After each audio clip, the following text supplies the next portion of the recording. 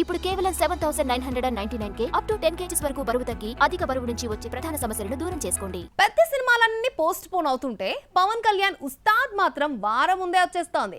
26న రావాల్సిన ఉస్తాద్ భగత్ సింగ్ ని 19న థియేటర్లోకి ఎందుకు తీసుకొస్తున్నారు? ఇప్పట్లో పెద్ద సినిమా లేదు, పండగలన్నీ ఉస్తాద్ కి కలిసి రానున్నాయా? చూద్దాం. కలిసొచ్చే కాలం వస్తే అదిరిపోయే రిలీజ్ డేట్ పడుతుంది.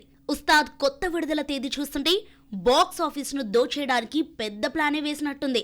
19న భయంకరమైన పోరు నడుస్తోందన్న ప్రచారమే గాని చివరికి పెద్ద సినిమా టాక్స్ కి హ్యాండ్ ఇచ్చింది. మార్చి 19న రావాల్సిన యశ్ సినిమా జూన్ 4కు వెళ్లిపోయింది.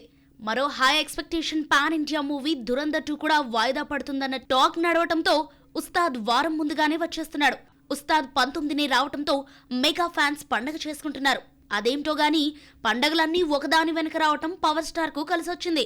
రిలీజ్ అయిన 2 రోజులకు 21న శనివారం రంజాన్ వచ్చింది. ఇక 31 మంగళవారం మహావీర్ జయంతి, శ్రీరామనవమి, 3వ తేదీ శుక్రవారం గుడ్ ఫ్రైడే, ఆ తర్వాత వీకెండ్. ఇలా 2 వారాల్లో వీక్ డేస్ లో 4 పండుగలు రావడంతో అదిరిపోయే కలెక్షన్స్ వస్తాయన్న ధీమాతో మేకర్స్ ఉన్నారు.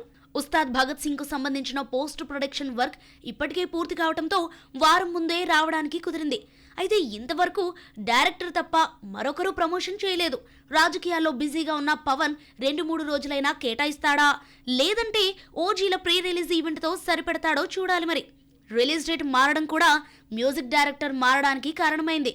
దేవిశ్రీ పాటలకు ట్యూన్స్ ఇవ్వగా తక్కువ టైంలో బీజిఎం పూర్తి చేయడం కోసం తమన్ను తీసుకున్నాడు. తమను బ్యాక్గ్రౌండ్ ఇస్తున్నట్టు మైత్రి మూవీ మేకర్స్ ప్రకటించింది.